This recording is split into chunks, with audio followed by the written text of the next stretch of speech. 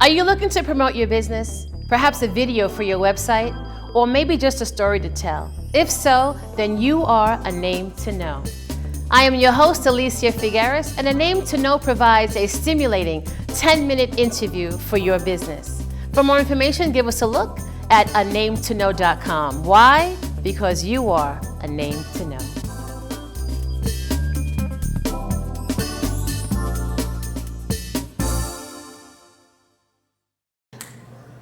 Welcome to A Name to Know. I'm your host, Alicia Figueras. I have a very special woman with me this morning who has been going through quite a battle with breast cancer, and we're here to talk about breast cancer awareness. I didn't want this month to go by without doing some sort of coverage about this issue.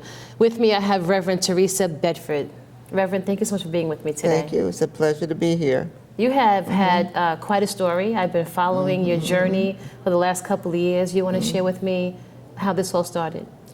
My journey with breast cancer came with just an ordinary routine yearly examination with my doctor.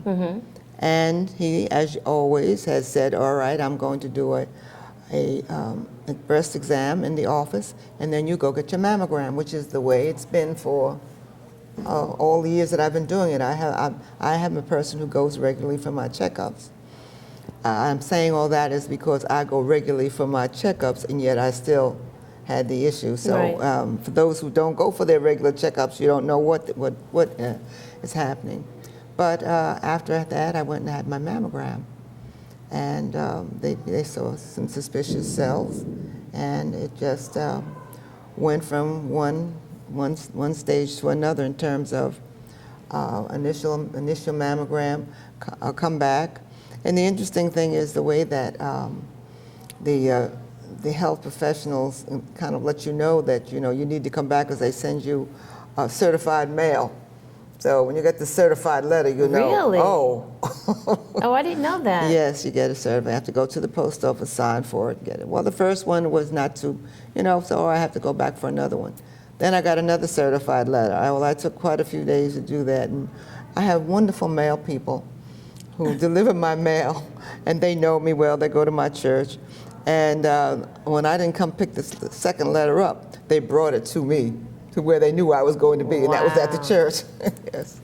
So yes, so that's how it began, and I began to have, biopsies and MRIs and all this procedure, because for me, it was a little different than some people, because when people think about breast cancer, they think about lumps. That's Well, right. I did not have lumps, which is why the doctor never felt anything. It's because I had what they call calcifications, which are like little small pebbles. And I had several areas in my left breast that had these pebbles, and so they kept taking biopsies, and they would find them, and then when they found that 3 out of the 4 that they did had suspicious cells, and they said, well, we have to do something. And that's when they decided to do a mastectomy. The doctor was kind of humorous about it. He said, well, if you wanted just to have those calcifications removed, that would be your choice, but then the breast would be like Swiss cheese, if you can imagine. Wow. So that's why I went with the mammogram and with the mastectomy, and that way I did not have to have chemo or radiation. I'm really blessed that I just take what's a medication called tamoxifen, which is it's a chemotherapy, but you take a pill a day and take it for 5 years. So that's really a whole lot easier than That is. people who are going through radiation and chemotherapy. You know what I'm impressed with, Reverend Bedford, is your recovery. This whole journey of you having the mastectomy, your attitude has been over the top. You're beautiful. You look awesome. And I just want to know, what has been your support system? Well, the first thing that when I became aware of this whole what I was going through, I really wasn't sure what was going to happen. I have to say that I went to Good Samaritan Hospital, and that's where I really became came adjusted to the fact that, they're telling me about breast cancer, because up until that point, it was like, they're doing this and they're doing that. But then when I went in there, and I think I told you this in our last interview, and I saw they started giving me all this American Cancer paraphernalia. I said, oh. Oh. But from the very beginning, when I had wonderful doctors, I said, then look, let's get this thing on the road. Let's do what we have to do, because I have people to see, places to go, right, and things to do. So let's just get this over with so I can get on with my life. And that has been my philosophy, because I have things I want to do. And I don't want to be tied down with illnesses that maybe I could have done something about that I didn't, which many people do. Like, if I hadn't gone for the I had a choice. When the doctor gave me, said, okay, I did the breast exam, go for a mammogram, I could have put that off. When I went for the mammograms, and then I started having the biopsies. I could have not had all those biopsies, but I wanted to get this over with. And because I really believe that God has work for me to do, and the things that I have, things that are for me to do yet in this life.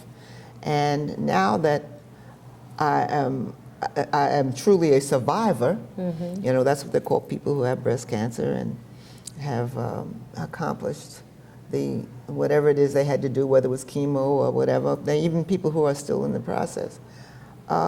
It's like there was the work that I had to do now is the fact that I need to let older women know. This is a new ministry for me, that the older you are, the more you need a mammogram. That's right. That was very foreign to me. I don't know if I didn't think I was older or what, well, you have a youthful spirit. But because I always went for my mammograms, it wasn't something that I had to worry about or think about that I didn't do. But yes, that is something that that I really feel that's like my new ministry. That's awesome. And because I work with, I am a senior, so therefore I work with seniors. So I have the audience, the group of people to talk to about this. And so that's what I've been doing the last, it's not quite 2 years yet. Yeah, that I have had this new season in my life, and that's one of my goals. Every time I have an opportunity, and my friends that, we never talked about, mammograms and breast cancer and all of that. But even though I have been involved with many women, but I really thought that I had escaped. But the women who I've known who had breast cancer, they were younger women. And I was with them through their chemo and their radiation. I would drive them, but I didn't think I never thought it was going to be me.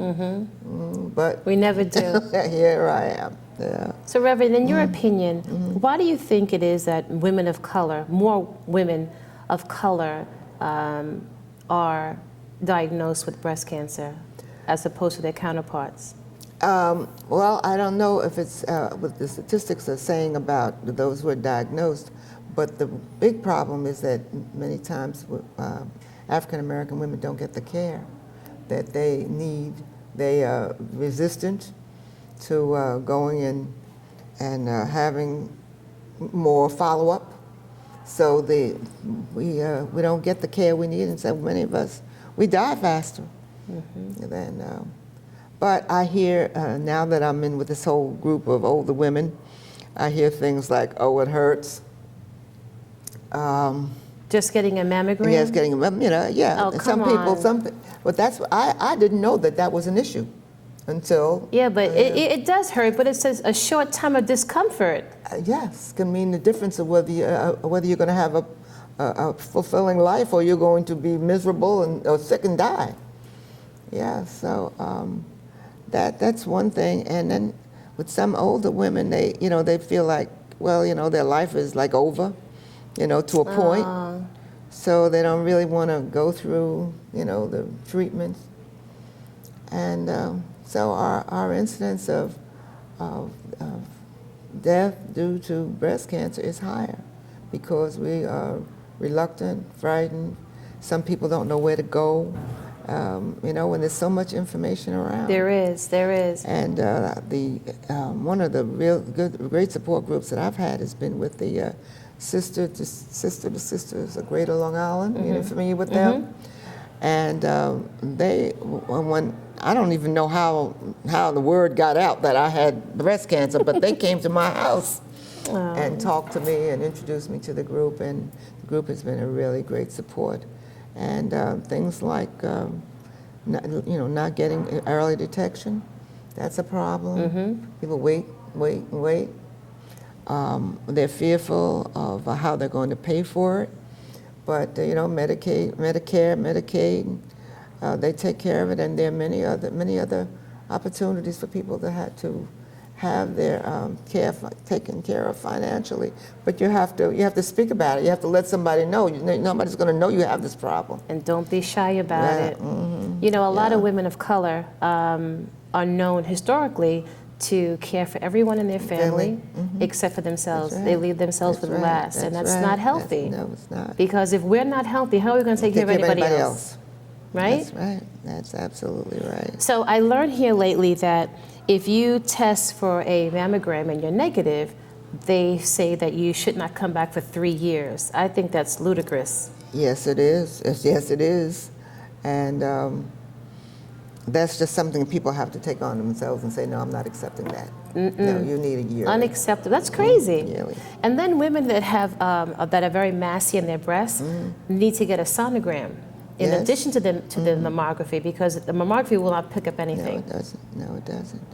I mean, and there's so many things available. Right.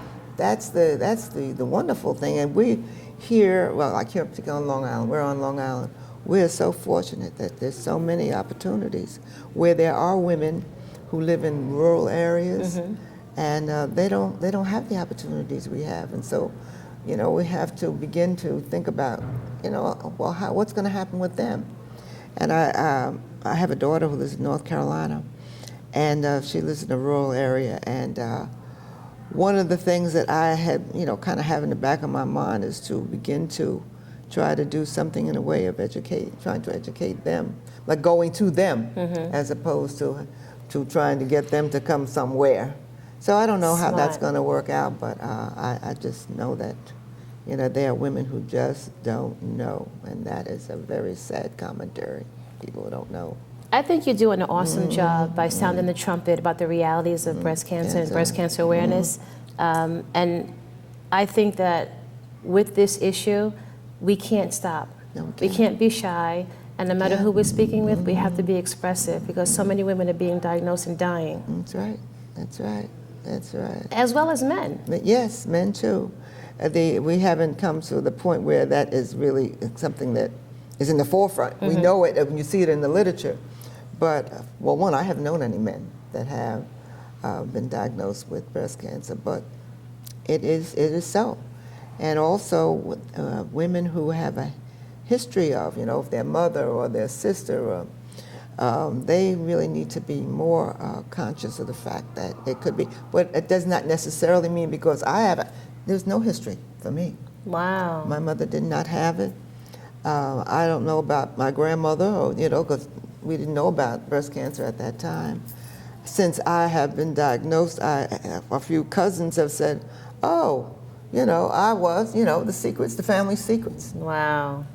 Yeah, but that's important. If there's someone in your family who's in that close line, you really need to make sure that you have those mammograms. And you know what I don't hear about too often? Educating women on doing self-breast examinations. Yes, that's another thing. That used to be a huge campaign. What happened? I don't know what happened.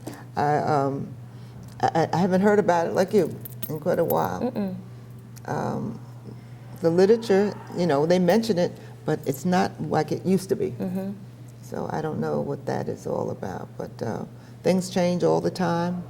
The American Cancer Society came out last week with their little thing about 5 years, and and other groups that say absolutely not. No. So you just really have to be your own advocate. That's right.